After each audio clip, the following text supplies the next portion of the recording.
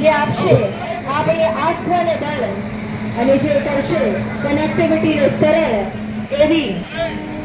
Bhavnagar Ayodhya express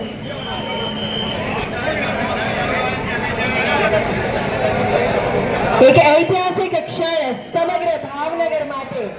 આ પુણ્યભૂમિ ભાવનગર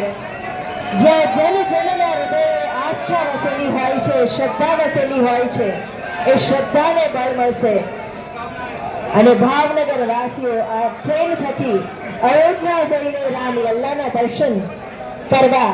હવે વધુ સરળતાથી જઈ શકશે। તો આવી અનેરી ભેટ માટે ખૂબ ખૂબ આભાર માનીએ માનનીય કેન્દ્રીય મંત્રીનો,